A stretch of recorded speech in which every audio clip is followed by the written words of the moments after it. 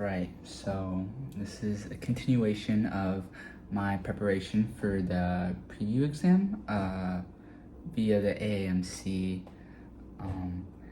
So I'm gonna get into that.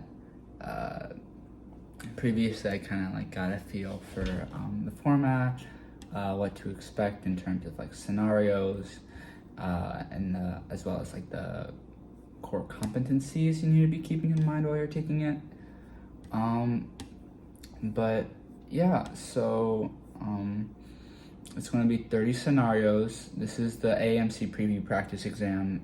It's available on the resources page. If I can, I'll try to put a link in the description. I'm very new to this.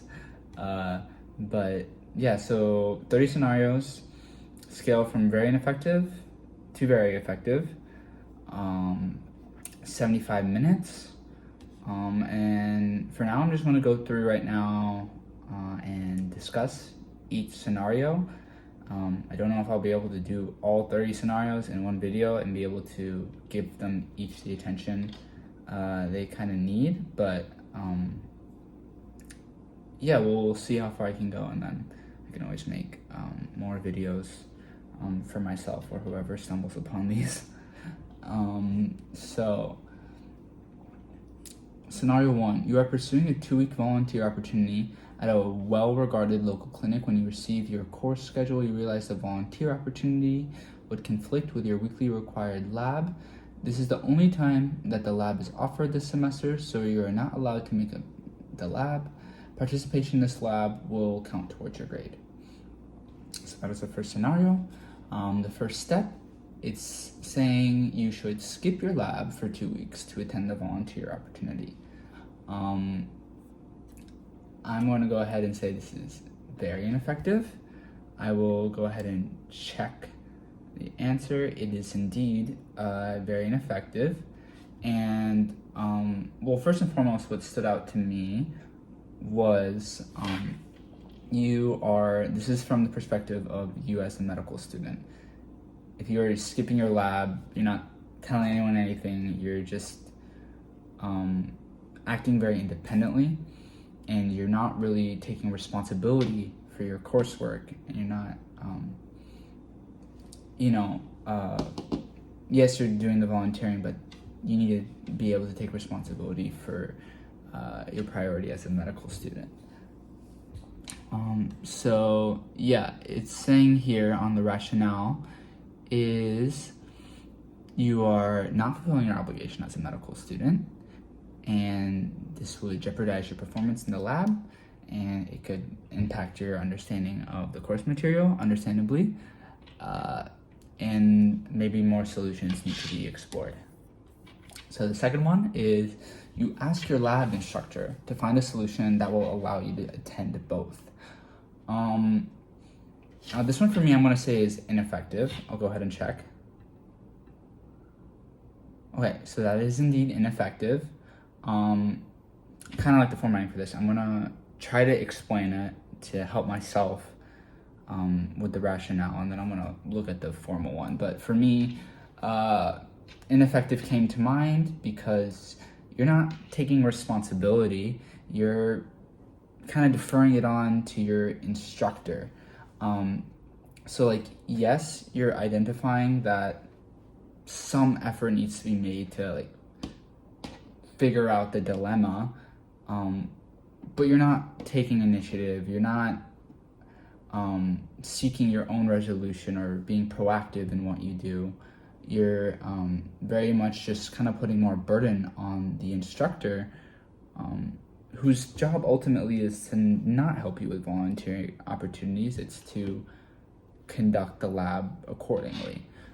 Now, what the official rationale is that, yes, you recognize the importance of attending the lab, so I guess not very ineffective. But like I said, you're burdening the responsibility of finding a solution to the instructor, so no personal responsibility. The third one for this scenario is you stop pursuing the volunteer opportunity so that you can attend the required lab. I'm going to say this is effective. I can go ahead and check. Okay. It is effective. And my rationale for this is going to be you're completing your role as a medical student. You are going to the required lab. This will help you. You're going to be caught up on the course material. You're seeing the goal. You're kind of working towards it, but overall, you're missing out on a valuable volunteer opportunity. And it kind of seems like you want something more to just kind of not like disregard volunteering, because as a pre-med student, it is a significant aspect of developing yourself. So maybe I think for me, I didn't say very effective because I was kind of looking for the medical student me, not necessarily ditching the idea of volunteering, but like exploring more options while still attending all the lectures and labs. So, like I said, the official rationale is that you are fulfilling the school obligations, but you're not exploring if there's other solution availables. So, you need to try to accommodate both your interests while still conforming to the obligations of the lab. So now the fourth one, tell your lab instructor in advance that you will miss 2 of your scheduled lab sessions.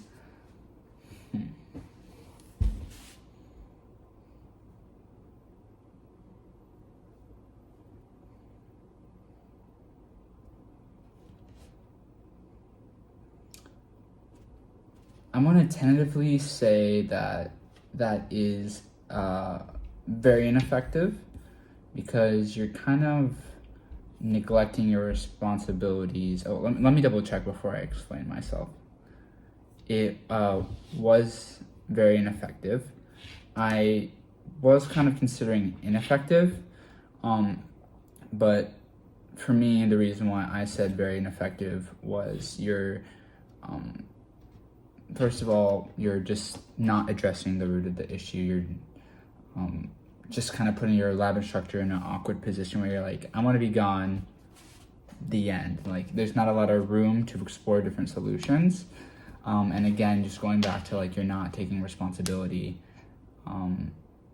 or acknowledging the value of that lab instructor's class by choosing to go on that volunteer opportunity, even though it is a great thing. What the official rationale is you are giving the instructor advance notice, but you are prioritizing volunteering over your medical school obligations. So back to you being the medical student, that needs to come first. You're a medical student first and foremost, and then you want to try to accommodate other things. And then, it can jeopardize your performance.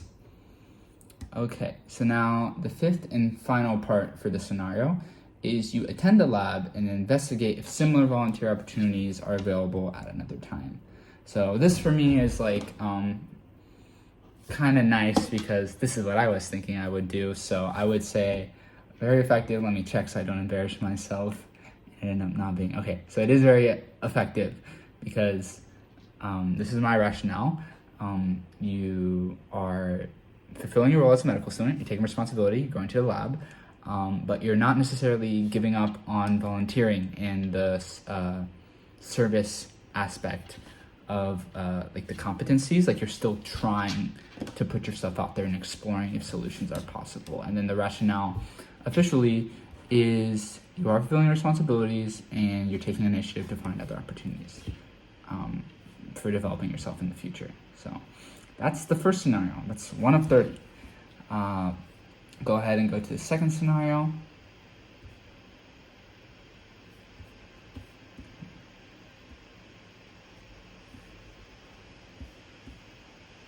Okay, so you are assigned to a small group in your clinical skills course. One of your group members has recently struggled with their assignments. The group member is often late to sessions, prepares materials of poor quality, and needs numerous reminders to complete tasks. Your group receives a new assignment that is due in 3 weeks and will be graded based on the group's overall performance. Number 1, you encourage the group member to speak to the professor about creating a plan to handle their workload.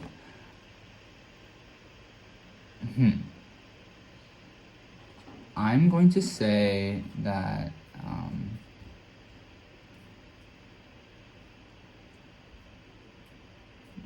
this is ineffective.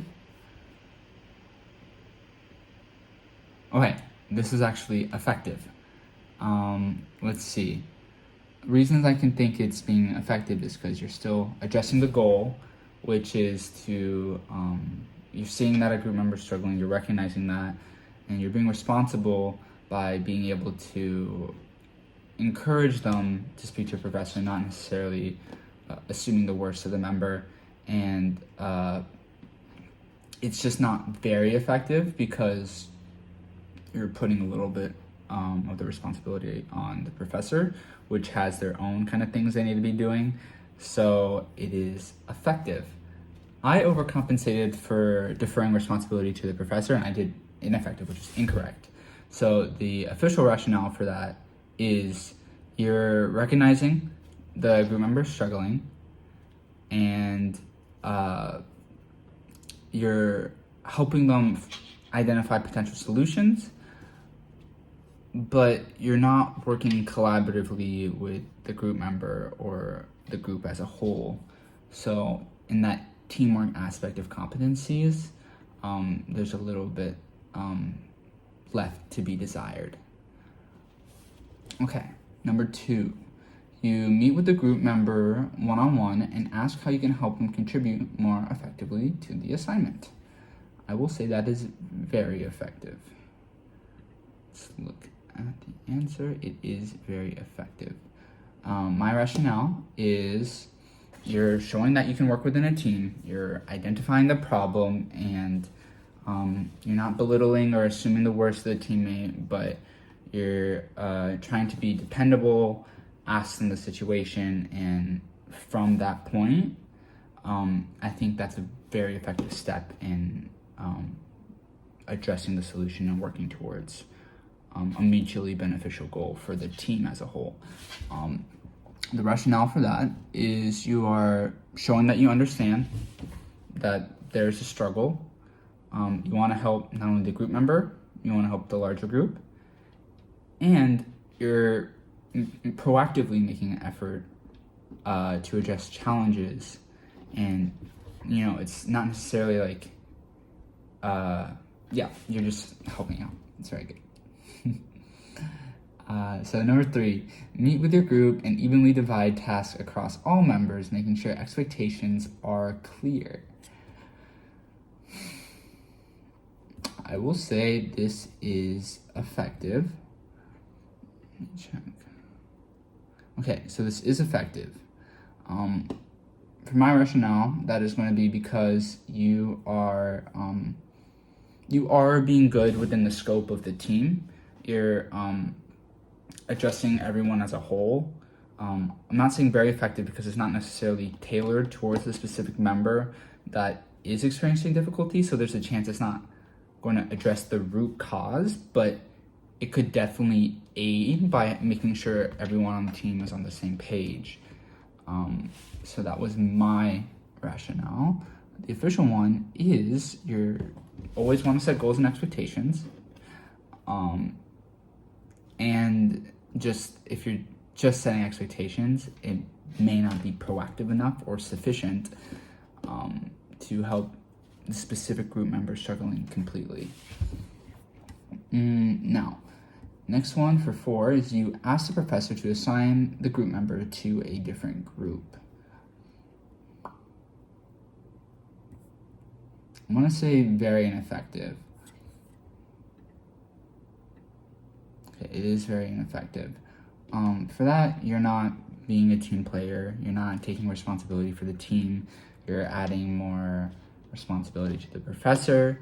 You're not helping the student. The student goes on to another team. Same problem happens. Nothing gets done. You're just very much acting in your own self-interest, and you're avoiding the situation. The official rationale is you're recognizing that the group member is challenging, but you're disengaging from the situation is the word they use. So you're being inconsiderate towards a group member, and this is kind of like the opposite of teamwork. That's not the exact words, but in my eyes, that's like the opposite of teamwork. And it won't be well received by the professor. Okay, 5 in scenario 2 is work with other members of your group to complete the assignment without the group member.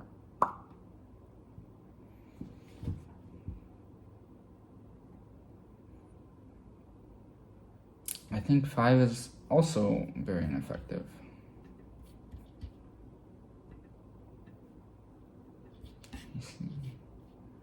Okay, 5 is ineffective. Very ineffective. That's correct.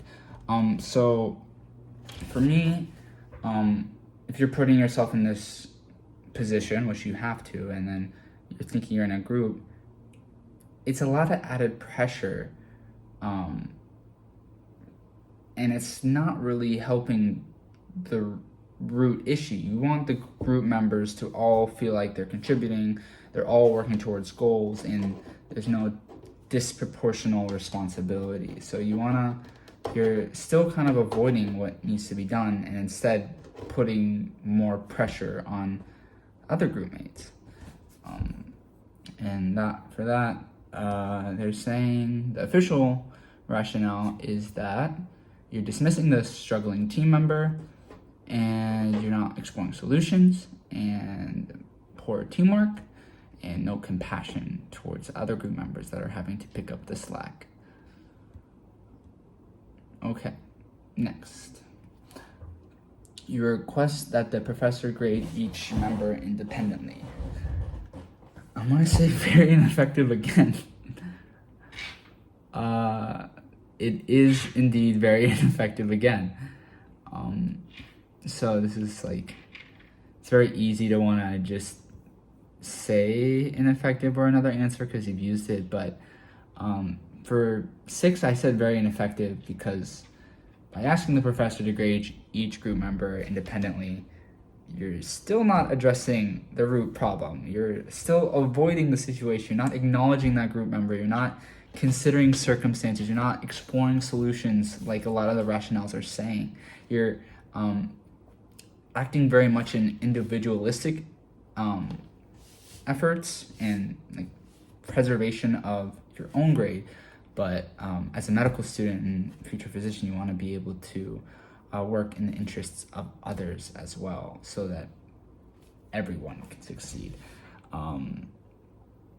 Now, the rationale officially is, you're prioritizing your own interest, not looking at solutions, and you also have to, I didn't get this, you need to consider the response from the professor. It's you put them in an awkward position as well. So again, it's not just you and your group mates. You have to consider all aspects of it as a medical student. And again, a lot of these situations is like, for the very ineffective one, it's you're not really being adaptable. You're just avoiding it. So that also plays into responsibility. You're not taking responsibility. So just kind of some like common themes I'm noticing first and foremost.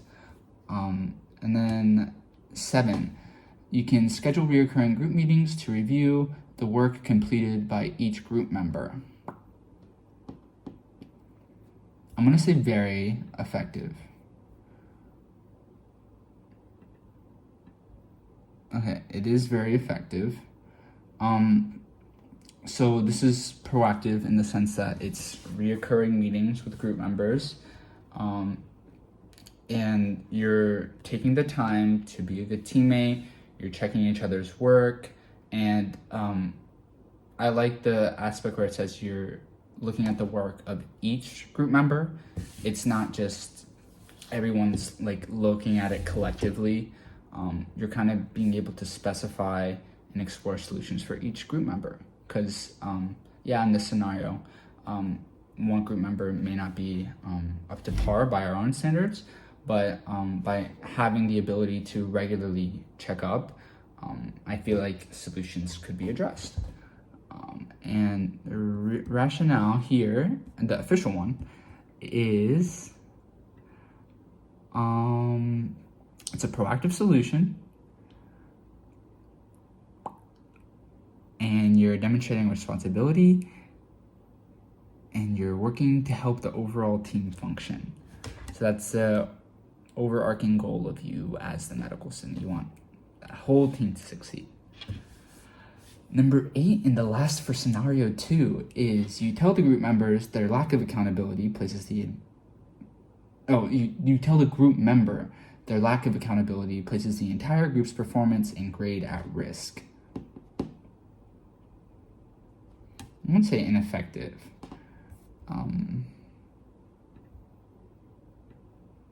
It is ineffective. So, first thing to me, I don't know, it doesn't necessarily relate to, well, it does relate, but it's just kind of rude and insensitive.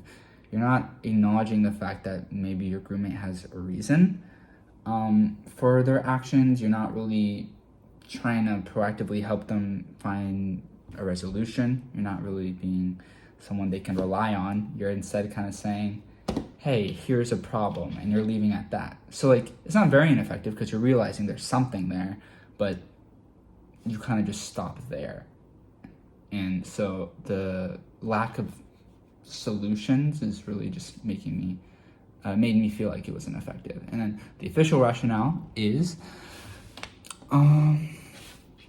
you're recognizing that the group member is unreliable and how it can negatively impact the group's performance, but just raising the issue is not sufficient. There's no constructive feedback, no suggestions to that group member's improvement. All right, so I am on scenario 3 now. For scenario 3, one sec. I'm putting like a sticky note over the answers. I have the answers on the right side, and I put a sticky note over it. And as I'm answering, I'm like going down a little bit to see the answer and then the rationale. But I really want to try to come up with these by myself, just because I think if I can kind of develop that rationale, like hopefully it will be more second nature by the time I get to the actual exam. So anyways, off my soapbox, scenario 3, during class, your professor observes you participating in a role-playing exercise with one of your classmates. You are acting as a doctor, and your classmate is acting as an angry patient. The role-playing is intense, but stays on course. You think you performed well, but after class, your classmate gives you unexpected negative feedback that you missed several opportunities to comfort the patient and calm the situation. You are now expected to attend a debriefing session with your professor. All right, number 1, tell your classmate that only the professor is qualified to provide feedback.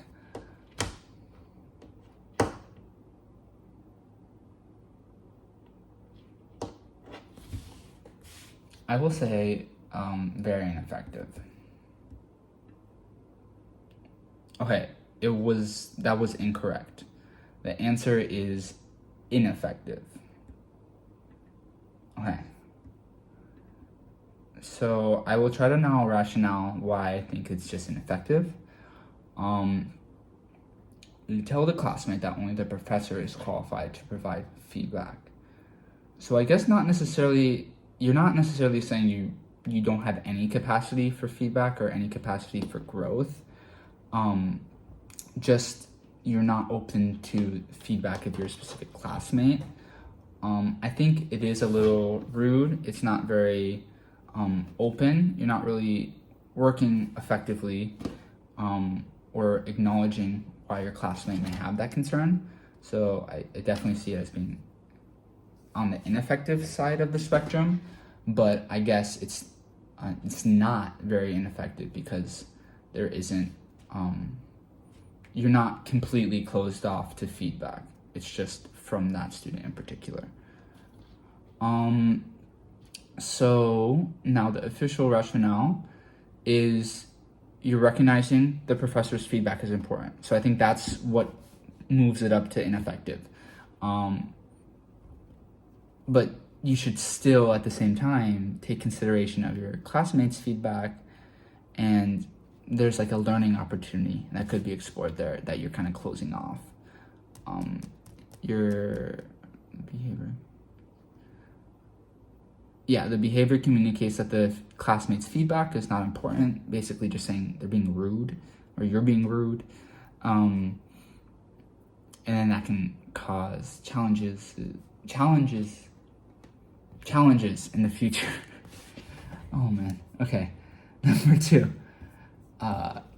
For scenario 3, explain to your professor that you understand you missed some opportunities during the exercise and discuss how to improve.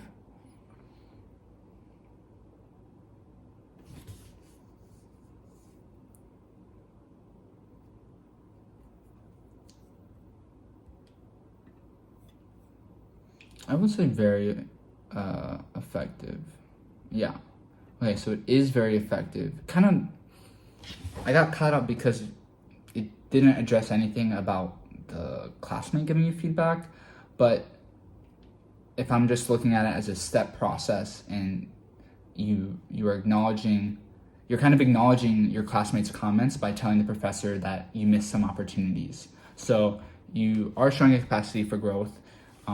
You are showing that you're willing to continue to like try and improve yourself, and you are respecting and taking responsibilities for how you performed, and being open to really just improving yourself.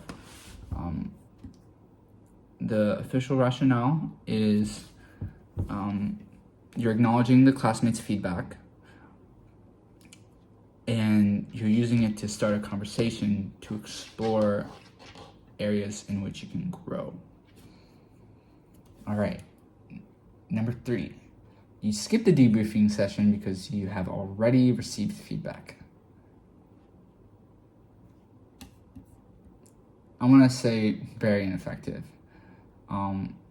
Getting the classmates' feedback, let me just double check. Okay, yes, the answer is very ineffective. Getting the classmates' feedback is good, but you're a medical student. Remember, you're in the boots of a medical student, if they wear those, and you have to, first and foremost, get feedback from the professor, because this is what they do. They're very knowledgeable, and it's kind of putting the professor in an awkward position if you're just not willing to get the feedback that they're taking the time to give you. So you're just avoiding the professional improvement aspect. So you're just kind of stopping with the initial feedback you get, which you should be continually looking for feedback. The official rationale is it'll cause issues for you in the future. You're skipping the meeting with the professor, and you're assuming the classmates' feedback is just as valuable as the professor. It could be, but that's an assumption. And then you're just thinking the professor won't have any additional feedback to share. That's kind of being a little closed-minded and not really trying to explore different avenues to grow. Number 4, you can ask your classmate how you could improve your performance in the future. I will say that's very effective. And yes, it is very effective. You're showing a capacity for growth. Let me just look at the official rationale. You're acknowledging the critique of the performance, looking for additional feedback, which shows you're open to it, and you have a desire to improve for the future. Number 5, explain to your professor why you were satisfied with your performance. So I'm already on the ineffective, one of those two. I'm gonna say that's very ineffective. Let me double check. Oh, it's just ineffective. Okay, I was incorrect. It was just ineffective. I'm gonna assume because you're still going to the professor and you're trying to communicate, and I guess you can gain a better basis of understanding, so you're not like flat out avoiding the professor's feedback. I'm not sure, so ineffective. Okay, so to continue what I was saying with 5, it was ineffective for scenario 3 on the AAMC preview practice exam. The reason for this was you're not really showing that you're open to critique, but you are showing up because like you're not closing yourself off from further discussion. You're still discussing, even though if it is in a little bit reserved and defensive manner, you're still there. So that's why it's ineffective and not very ineffective, because you're still showing up. Now, for number 6, you asked your classmate if they would be willing to practice role-playing in advance of your next exercise. I would say this one is very effective. Let me see the actual answer.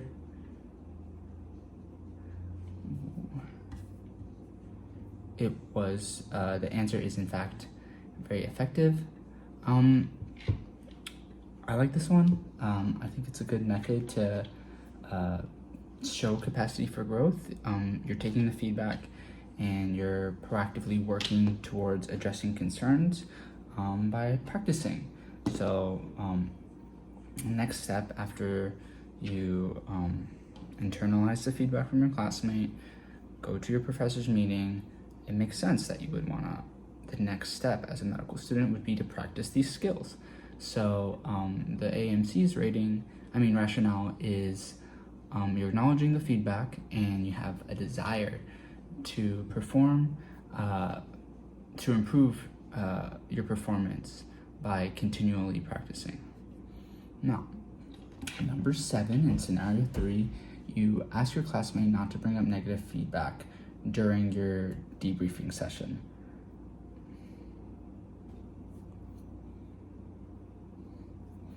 I would say this is ineffective.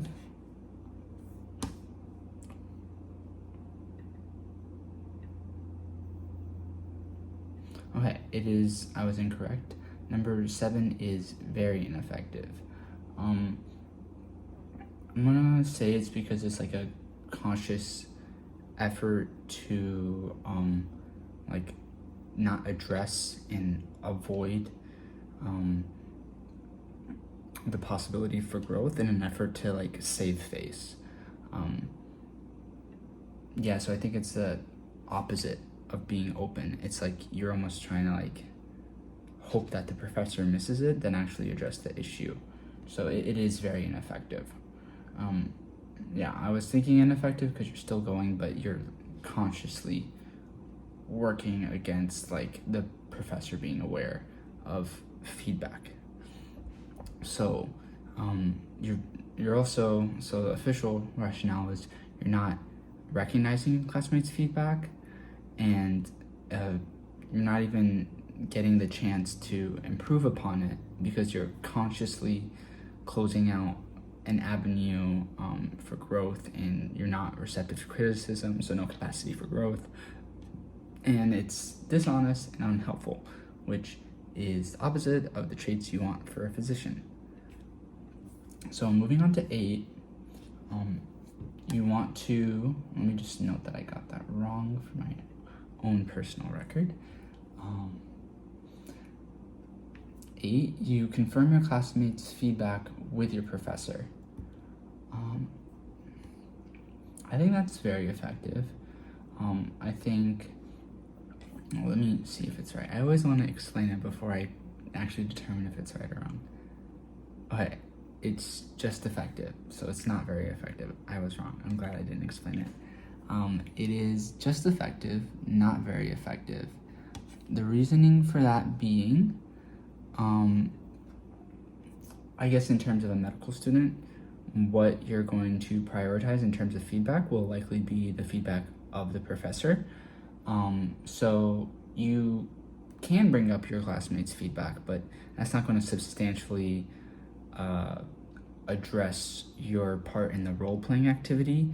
The main authority to defer to would be the professor. So it's not like you're finding this unique solution. It's very much just pointing out feedback that likely the professor has a better handle of. So I think that's why it's just effective and not very effective. But moving on, that one was a little bit of a rough one for me. So I will probably go back and review that at a later instance. But going on to scenario 4, for the past few days, you have been checking up on several patients, including a patient who is recovering from surgery. The patient has been in the hospital for 1 week and has not received any visitors. The patient is friendly, cheerful, and enjoys sharing stories about their career as a photographer. However, you find it difficult to politely end your conversations so that you can spend enough time with other patients with whom you were assigned to meet. Now, the first one in this scenario, let me pull it up. It's the first step to this is, as a medical student, you spend additional time visiting with the patient once you have completed your other patient's visits. I think that's very effective. Let's see. Good, it's very effective, yay. So the rationale for me is you need to attend to your roles as a medical student first. So that is going to be to be responsible and be reliable to complete your task first and foremost. It's always good to have conversations. You never want to be necessarily closed off or not able to communicate with patients. So I think it's nice that being able to spend additional time visiting after your initial task as a medical student is addressed, that makes it very effective. It's not like you're just ignoring him and like going on to complete your responsibilities. You're making that extra effort to still value his conversation. The official explanation for that is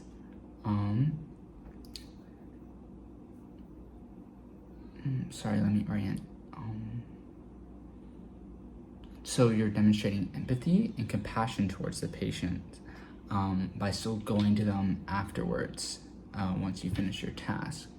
So you're able to kind of like prioritize what you need to do, but you're not disregarding the feelings of that patient. Yeah, okay. Number 2.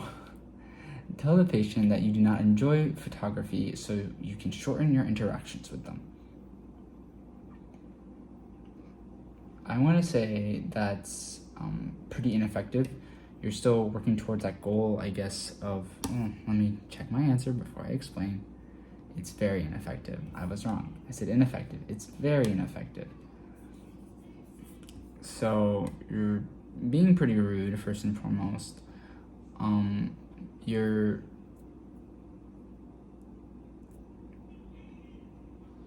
being disrespectful to the patient's feelings.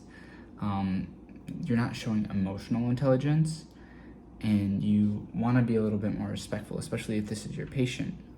As a medical student, you need to make sure the environment is friendly, caring, and you just want to be overall a little bit more receptive and emotionally aware. So that is very ineffective. Then you can, for 3, on scenario 4, you can ask another student to visit the patient, so you can focus on other patients. Sorry, yeah. Okay. Focus on other patients. I would say that is ineffective, I think. Reason for this, let me check. Yes, it is ineffective. So you're still making sure the patient has visitors, which is nice, but you're not taking responsibility, and you're kind of adding more responsibility to the other student, which isn't necessarily fair, and very low initiative on your part, kind of just to pass off the patient a little. So that's why that's ineffective. Number 4, determine if any of your tasks can be done more efficiently so you can spend more time with the patient. I think 4 is very effective. That's incorrect. It's only effective. Sad. Okay. So the reason why 4 is effective according to the AAMC is it's good because you are being proactive, managing your schedule, seeing if there's other things you can do better.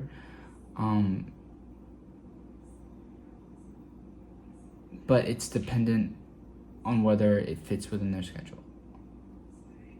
Oh, okay. So like, I think here the reason why it's effective and doesn't really reach the very effective threshold is because it's good that you're doing that, but there is the chance that an uncertainty that not necessarily all your roles can be done efficiently. So there may not be time. So I think kind of just not exploring other solutions is why that's just effective, because you're addressing it, you're trying your best, but you still may not necessarily have time, even though there is an effort being made. Okay. 5, you can create an excuse so you can leave the patient's room. I'm going to say that's ineffective.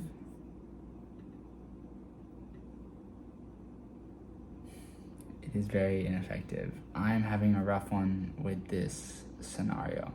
I will likely have to revisit it. But the reason why it is very ineffective, let's see.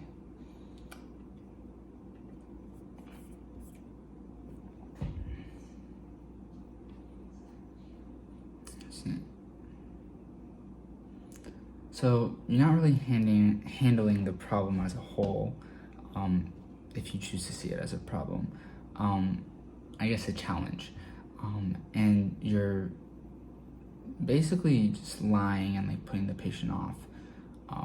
So like, again, avoiding the root cause, that's generally going to be very ineffective.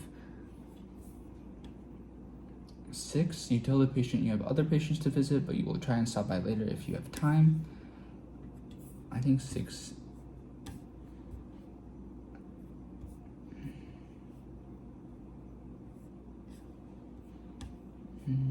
Let's see. Okay, 6. Tell the patient you have other patients to visit, but you will try to stop by later if you have time.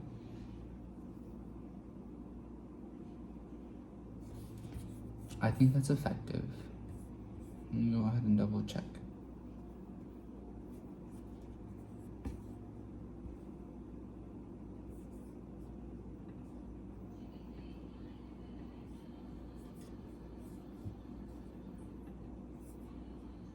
Yes, so the reason why 6 is effective is going to be because you're you're being honest, you're communicating, you're addressing the problem, but there is still room to kind of show that you do have a desire to interact with the patient. So kind of leaving that avenue unexplored is kind of why it stays at that effective range. 7, you can ask your supervisor doctor for advice on how to handle the situation. I'm gonna say that's very ineffective.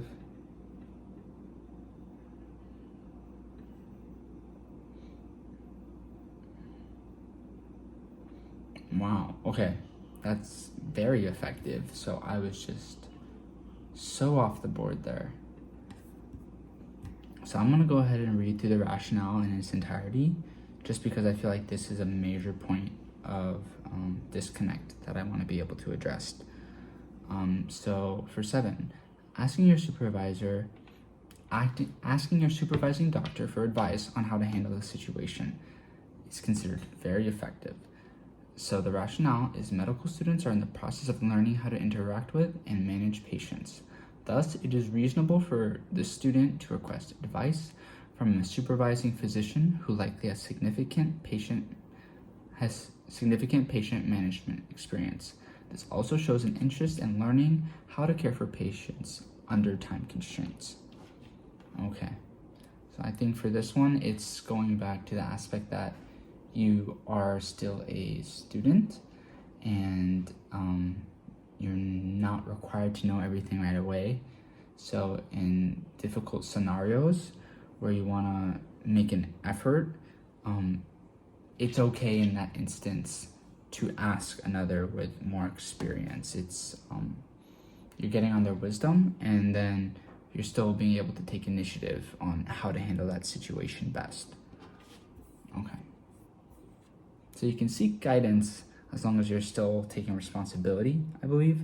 But the moment you're deferring that responsibility to others is when that effectiveness kind of goes down. But so long as you're have good intentions on seeking advice and still planning on being proactive in the feedback they give, I think that's what makes that very effective. And like, rather than it just being seen as, oh, he's just like deferring responsibility to the doctor, because no, you don't know everything. You have to be able to realize when you cannot understand a situation, and it's always good to be trying to increase your capacity to work with others. So number 8 says you can skip some of your other patient visits so you can spend additional time with patients. I'm going to say this is very ineffective. You're neglecting your role as a student, and 8 is indeed very effective according to the AAMC. You're being good to the patient, but your overall goal as a student is to make sure all the patients are attended to. So skipping out other appointments can cause more responsibility on other medical students, other doctors, and you have to consider the stressors that are being put on other patients, as they may be having to wait longer or get completely neglected. So it's very unempathetic in the holistic aspect of the situation. Okay, so now you're 5 of 30. So, while viewing a classmate's social media profile, you notice that your classmate has made negative comments about treating a recent patient. Your classmate describes the patient and the patient's condition in detail, which violates patient privacy regulations. Number 1 is explain to your classmate the importance of patient privacy and ask them to remove the comments.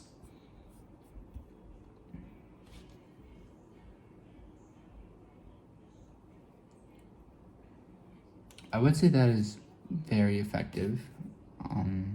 That is incorrect, though. It is actually just effective.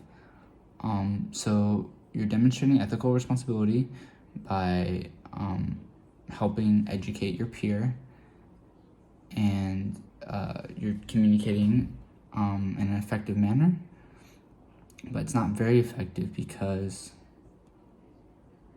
you need to report the regulation, the violation to an authority. So it's not just enough to communicate what's wrong, but since it's kind of already been done, you have to, at that point, you have to report it, because yeah, he may not do it in the future, which is good and effective, and you're communicating well, but in the moment, there is still an issue that needs to be taken care of, I believe. And the AAMC believes so as well, so it's correct. So now the second one is report your classmate's behavior as a privacy violation. I think that is effective. It is very effective. For me, I just said effective because I would have also wanted to help address and communicate to them why that's wrong. But I think it's very effective because it just gets to the root of the issue. So that's why it should have been very effective. The AAMC's definition for that is it is a breach of patient privacy regulation. And I guess, and as far as taking responsibility goes, dealing with patient privacy violations is not a responsibility of a medical student. I think that's ultimately what it comes down to. That responsibility belongs to a different entity, so therefore the best thing you can do is to direct the concern accordingly. So that's why that is very effective.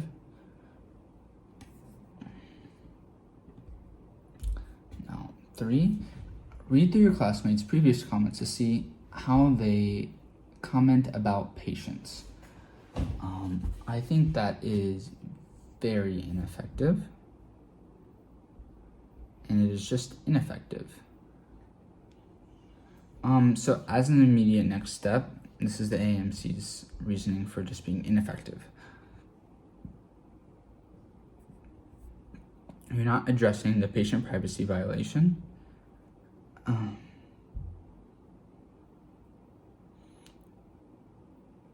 it's not going to make things necessarily worse. So I think very ineffective is like you're making things worse by doing so, but just going through their past comments may even be well-intentioned, but you're not actually doing anything. So I think that's why it's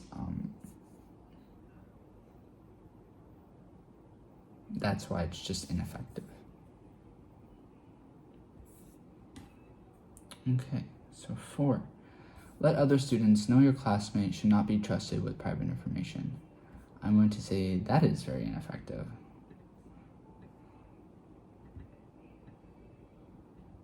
Double check. 4 is very ineffective. Okay, yay, we got one.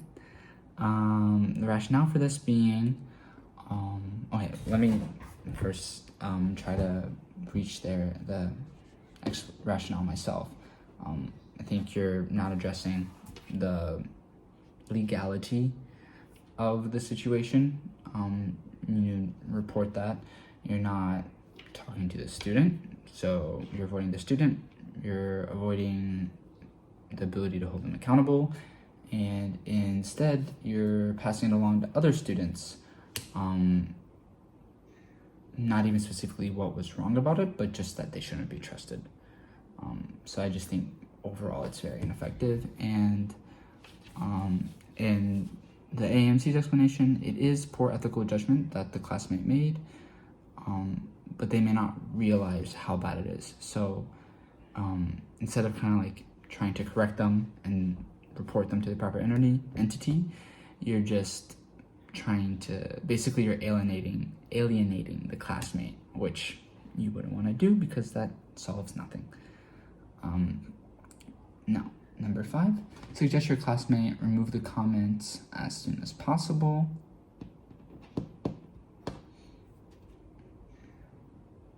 I will just say this is effective, and it is effective. Reason for that being, for my rationale, is at the end of the day, he still violated the patient privacy policy. So that first and foremost needs to be addressed. That's a serious kind of invasion on personal matters for a person. So it is good though that you're trying to get them removed. I think maybe going into a little bit more why they need to be removed could also help get to that very effective range. But for me, that's why I said it was effective.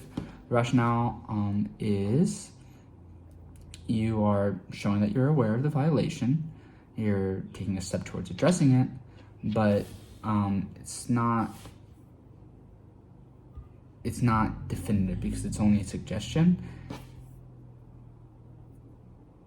and you're not trying to prevent it in future occasions, I guess, because it's just a simple suggestion. So maybe doing a little bit more, taking a little bit more responsibility, being a little bit more proactive to kind of make it clear, I think is what they're looking for here. And I tend to agree.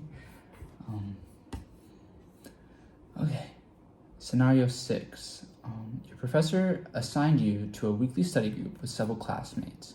During your first session, you are having trouble keeping up with the discussion and think you are not as prepared as other students. At the end of the study session, you are still confused on the topic, but the rest of the group seems ready to move on to the next week's topic. And as always, number 1, ask one of the study group members if they have time to review the material with you. I will say that's very effective. It is very effective, okay.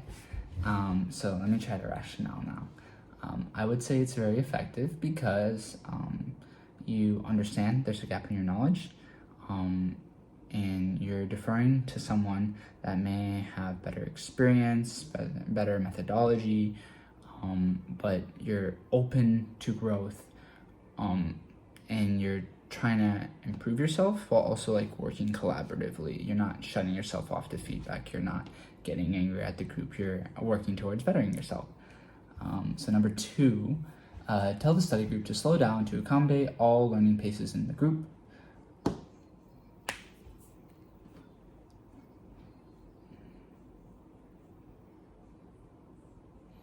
I think that's going to be ineffective.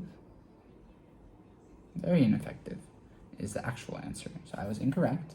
I said ineffective, but it is actually very ineffective. I'm trying to highlight it, sorry. Okay.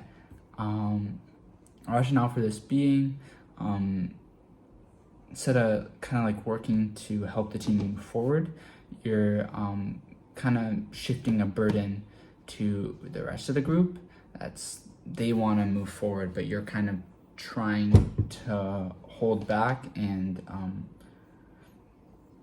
really say like they're going too fast, when in actuality you may not be addressing the fact that maybe they know something or they're doing something that you can learn and get feedback on to be at their pace.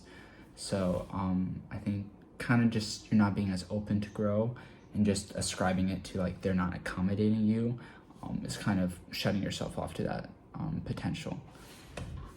And here it says, you are placing a burden on the students, and you can't prioritize your own struggle over the needs and interests of the other group members. It's also unprofessional. So number 3, you can ask to be assigned to a different study group that may be more conducive to your learning. I'm going to say that's ineffective. Yes, it is ineffective. Okay. The rationale for this is you're not willing to work within the team. You're still trying to like learn and complete your role as a medical student, but you're being very kind of closed off in the manner in which you do that. You're not really being open to how your current team is doing it.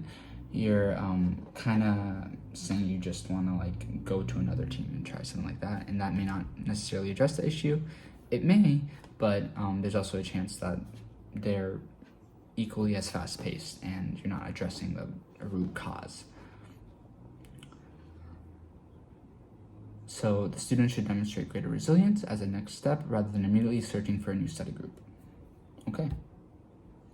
And I guess here's something to point out is it is a study group, so it's not necessarily like a group project. So I think if it was you were in a study group and you like tried to go to a different group, then it could be a big problem if that was like an assigned group, but it's a study group. So I think that's why it's ineffective. So number 4, you stop attending the study group and study on your own for the rest of the semester.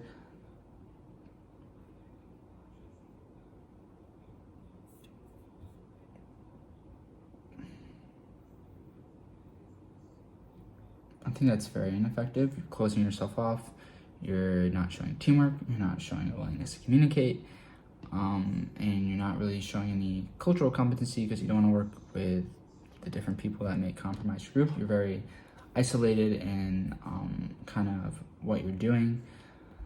So that is why that is very ineffective. The AAMC explains it as you're not fulfilling your responsibilities to the study group, and you're kind of giving up too easily. You need to find a more effective way to study within that environment. Number 5 says you can ask the professor if the material that you're confused about will be included on any upcoming exams. I think that's very ineffective. It's just ineffective. The reasoning it's just ineffective is you're just concerned about your grade, and you need to see that you need to recognize that the course material they're expected to study is important for their learning. This behavior may also create problems for the student, given that they will likely face challenging course material in the future. So that is just ineffective. Okay.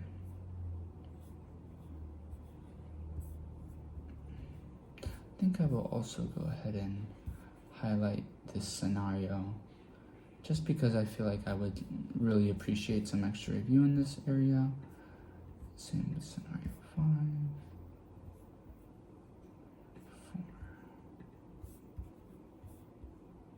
4. Okay.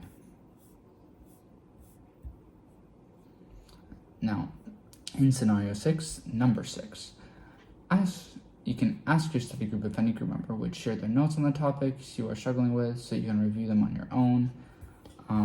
I think this is very effective.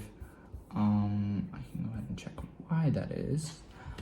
Because you are identifying a potential solution to the challenge and you're working to get it, you're working with them collaboratively to see if you can be at a point where you're ready to move on. So you're not imposing any added responsibility to the group. Number 7, you can prepare a study plan for next week's topic to make sure you keep up with the next discussion. I think that's fairly effective as well, because, yes, the AAMC says it's effective, and you're not addressing the need to learn information they found. Oh, okay, I see. So 7 says you prepare a study plan for next week's topic to make sure you keep up with the next discussion. And that's effective, but you're not addressing the last discussion that you are still behind on. So there's kind of, it's good to do that in the future, but you're not addressing the current problem. So that's just why it's effective. Okay. Scenario 7. You are speaking with a patient who recently immigrated to the United States. The patient is undergoing minor surgery and asks you to contact their family in their home country if anything unexpected occurs. The patient shares the customs that should be followed when someone dies and asks you to ensure that those customs are respected. Number 1, you can tell the patient because the surgery is minor, it is not necessary to worry about the customs. That's very ineffective, unempathetic, not willing to communicate. The patient's on relying on you, but you're kind of not being dependable. AAMC kind of echoes that. You're causing stress, anxiety, and damaging your relationship with that patient. Number 2, you can tell the patient that you will respect the customs, but you cannot guarantee the actions of other hospital staff. I think this is ineffective, and it is indeed ineffective. It's good that you're acknowledging the request of the patient, but I think you're kind of falling short in this aspect that you should take more of an effort to see if the hospital staff can be a little more receptive to their culture rather than just saying, oh, they're not going to do it. So that is 2. 3, you can suggest the patient share their request with other hospital staff to ensure the customs are respected by everyone. I think that one's ineffective as well.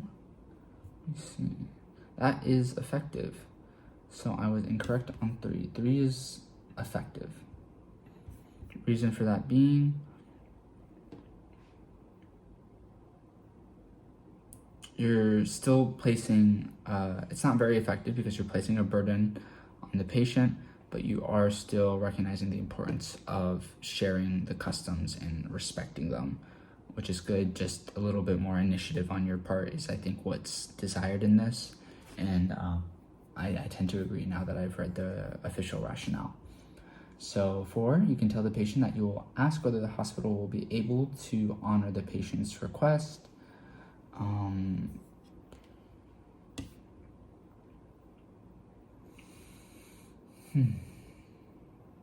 Tell the patient that you will ask whether the hospital will be able to honor the patient's request.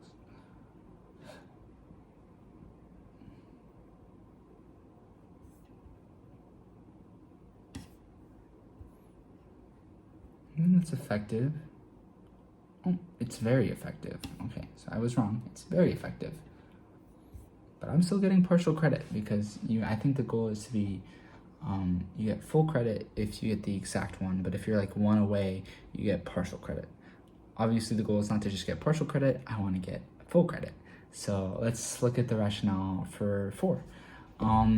It's very effective because the student has demonstrated empathy and listening skills by acknowledging the patient's request, and you're taking action to see if the other hospital staff are aware of the request. So it should be very effective, kind of fulfilling your role as a medical student. Number 5, you can discuss the patient's request with your supervisor and ask how to proceed. I don't see why that shouldn't be.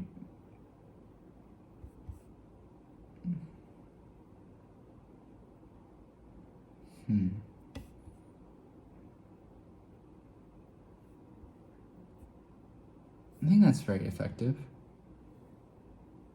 5 is very effective. So the reason for that being is you're still acknowledging the patient's request, kind of similar to the last one, and you're kind of deferring to the experience, and you're willing to learn based on your supervisor, who inherently will have more experience with this and maybe a more refined touch and perspective that you can apply in the future as a medical student.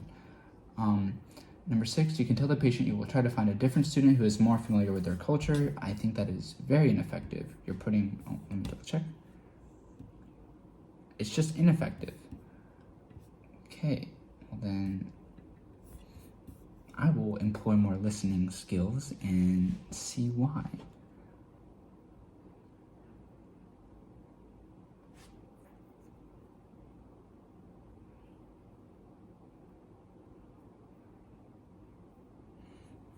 So I think why it's just ineffective and not very ineffective is because you're still ultimately trying to help by finding another student that would be better suited, I guess. But I think you're lacking accountability in this scenario, and you're not making an effort to be culturally competent, which is one of those core competencies.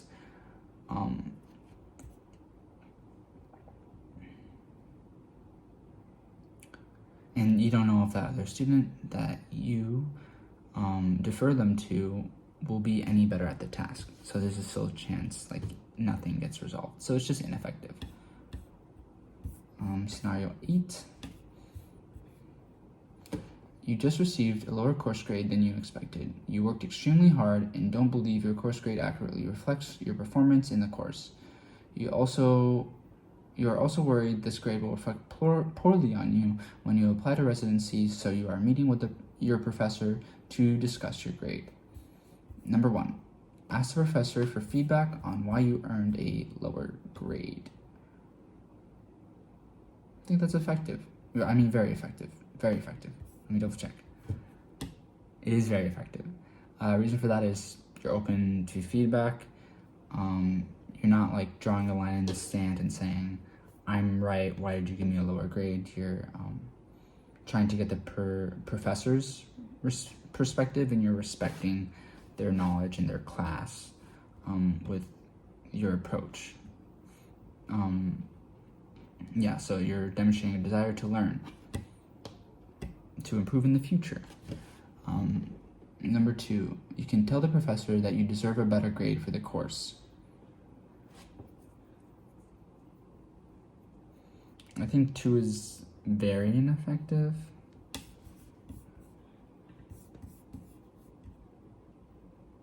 Yeah, it is very ineffective. My rationale for that is not only is it rude, they're your professor, they have more experience. Again, this is the perspective of you as a medical student, so I think that's the opposite of being open to learn. That's the opposite of taking responsibility. That's you're not willing to learn, and you're not entering the conversation with an open mind. That's what the AAMC says, but I agree. Number 3 for scenario 8 says you question the professor's application of the grading rubric. So I think you're not telling, it's more of a question. I just think that's ineffective. Oh, it's very ineffective. That was just, I was wrong on 3. I thought like questioning it still leaves a little room so you can get feedback, but I think it goes back to the professor just having more knowledge in the area and just being humble and addressing the fact that they have a reason for giving you that lower grade. So yeah, you're not being open. You're not trying to learn from the professor's evaluation. You're just not being respectful, and you kind of, as a medical student, you're kind of taking the role like you know how to apply the grading rubric better, which is ignorant. Number 4, ask your professor if there is any additional assignment you can do to raise your grade.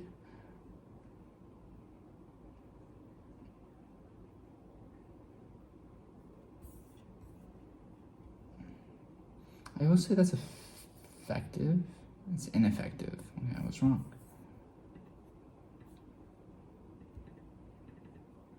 The reason it is ineffective is because you're trying to improve your grade, but you're not really showing a willingness to learn. It's very much just centered on your grade, and if you don't think the grade reflects your performance, then that should be what you're addressing, not necessarily getting another assignment, because the method of grading will still be the same. So I think that's why it's ineffective. You're not addressing the core of the issue. Number 5, you can ask the professor to make an exception for you given your level of effort.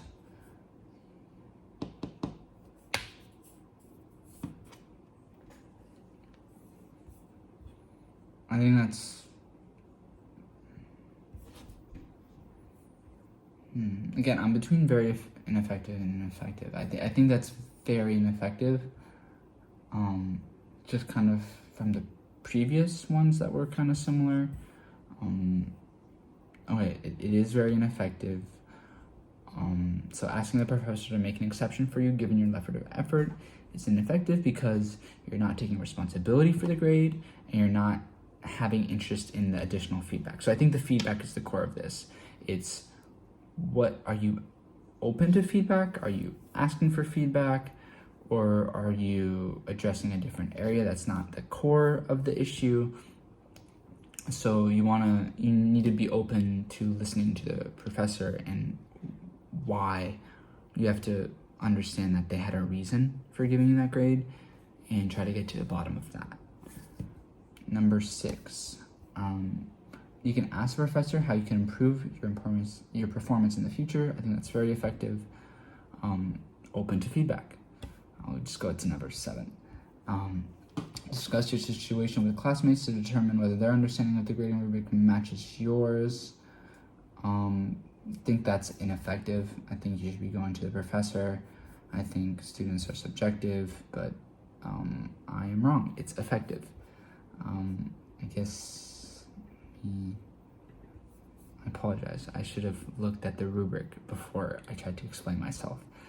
The actual rationale for it being effective is by seeking input from classmates, the student makes an effort to better understand the grading rubric as it pertains to their own performance. However, as an immediate next step, the student should first consult with the professor, given the professor's role as an evaluator. So you should go to the professor first, but it's still good to get extra opinions from peers and kind of collaborating in that aspect. So number 8, explain to your professor why you feel the grade does not reflect your performance. That's very ineffective. And the answer is just ineffective. Oh, okay, let's see. So explain to the professor why you feel the grade does not reflect your performance.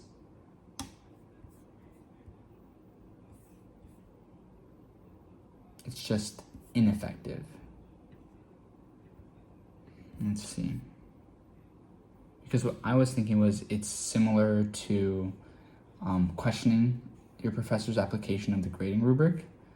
But I guess here you're explaining specifically your grades reflection on your performance. So let's see what the AAMC says. It is just ineffective because you're sharing your perspective with your professor. You still want to enter with a more open mind regarding the professor's evaluation of their performance.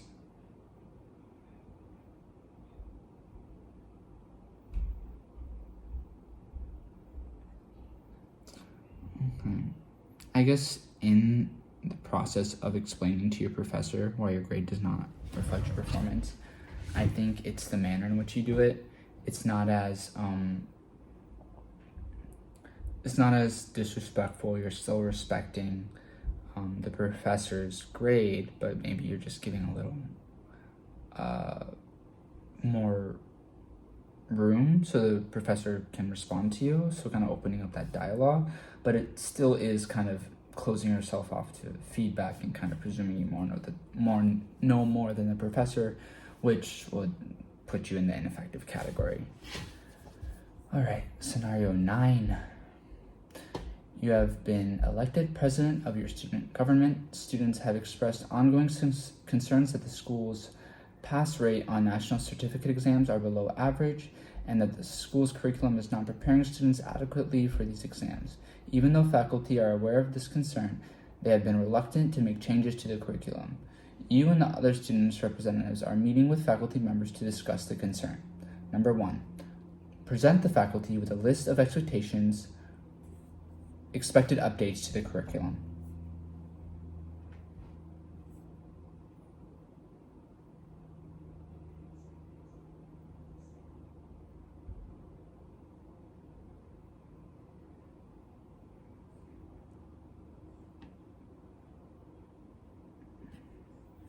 I think that's ineffective.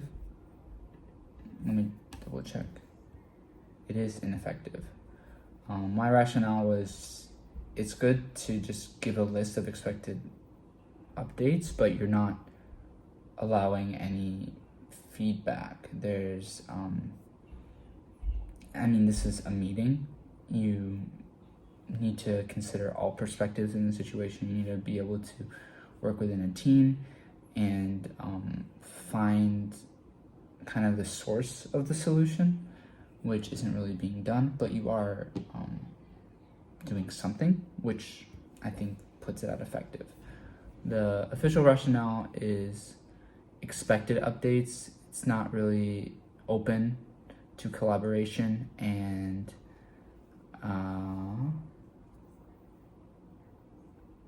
you can't rule out further discussion. Number 2, you can ask the faculty to share their perspective on how students should better prepare for exams.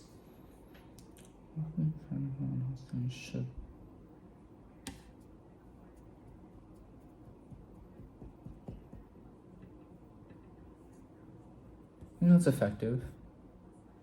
It's very effective. Okay, I was wrong. It's very effective.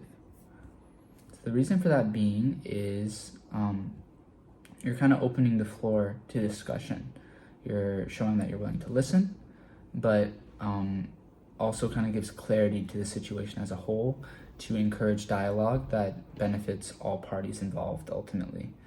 Number 3, you can ask the faculty to explain why they have been unwilling to change the curriculum. I would say that is fairly ineffective. Reason for that being is you're not really being open to the discussion. It is ineffective. So there's no invitation to discussion, and you're asking for justification, which doesn't necessarily solve anything, but you're not necessarily causing problems for sure. You're just getting a justification, so that's why it's in that ineffective range. 4, you can propose setting up a series of meetings with both faculty and students to discuss the curriculum.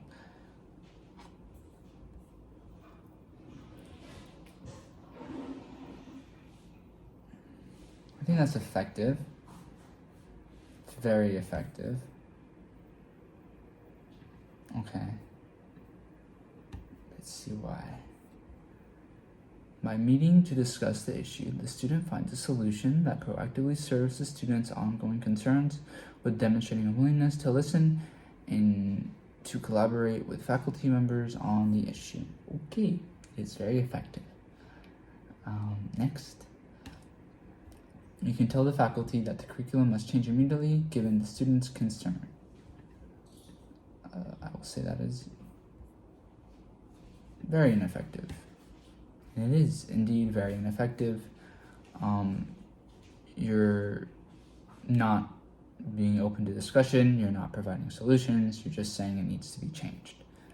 That's not giving a good platform to discuss off of, and you're not making there be room for growth. There needs to be some initiative on your part as well, I feel like. But scenario 10, you are working in a hospital emergency department. The clerkship rotation has been particularly challenging. Your workload has become overwhelming and stressful. A lack of sleep combined with stress is starting to impact your judgment. You are concerned because you still have 3 weeks remaining in your hospital assignment. Number 1, you join a support group for students who are facing similar challenges. I think that's very effective. It's just effective. You're taking responsibility, but you're also adding things to your schedule, I guess. So that's why it's just ineffective. You can seek advice from other students who appear to be successfully coping with their stress. I think that's very effective. It is, again, just effective. You're seeking input from others.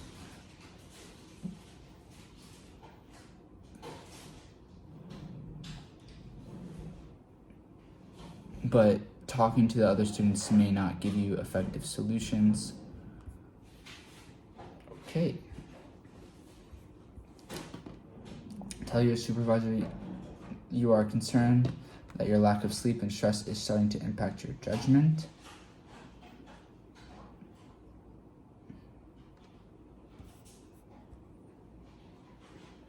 I think that is very effective, to be frank with your supervisor. It is very effective. Okay, so the rationale for why it is very effective is because your work is being impacted, and as a medical student, the patient needs to come first.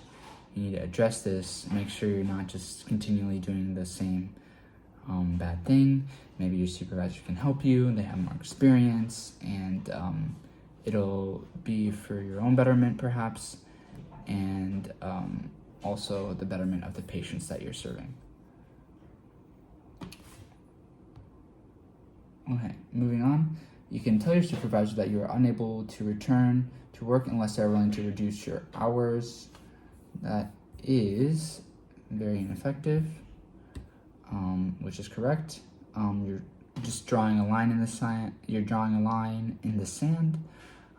You're demanding something out of your supervisor, not showing respect, not acknowledging.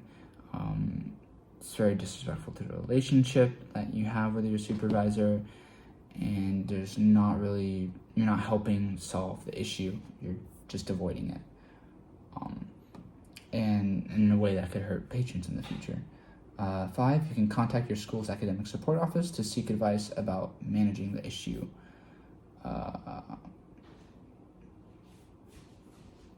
That is,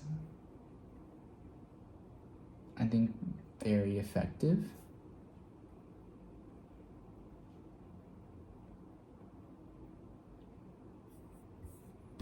Reason for that being,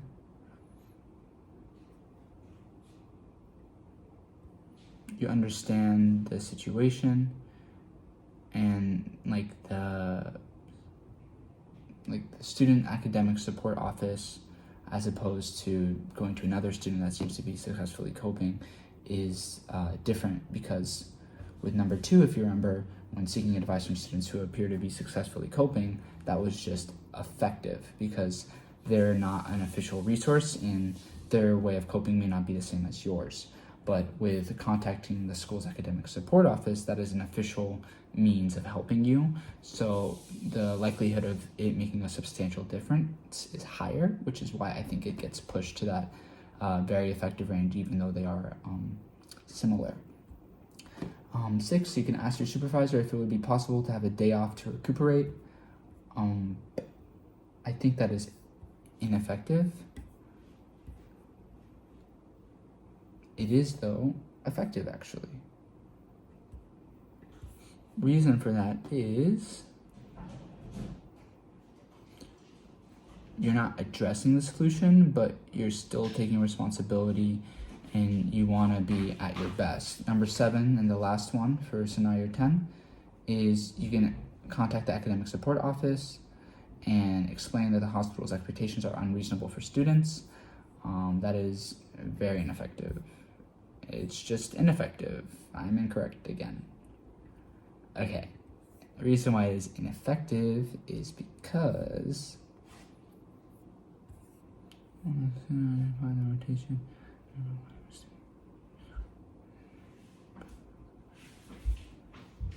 so you're not taking personal responsibility, and you need to understand that things are specific to you. But okay, so I need to continue working on this. I will review these 10 scenarios probably later tonight. But yeah, great thing about this is I have a lot of potential for growth. So I guess in accordance with previous expectations, I need to work on possible solutions. So I think just getting a better idea of each scenario specifically and the parties involved will help a lot.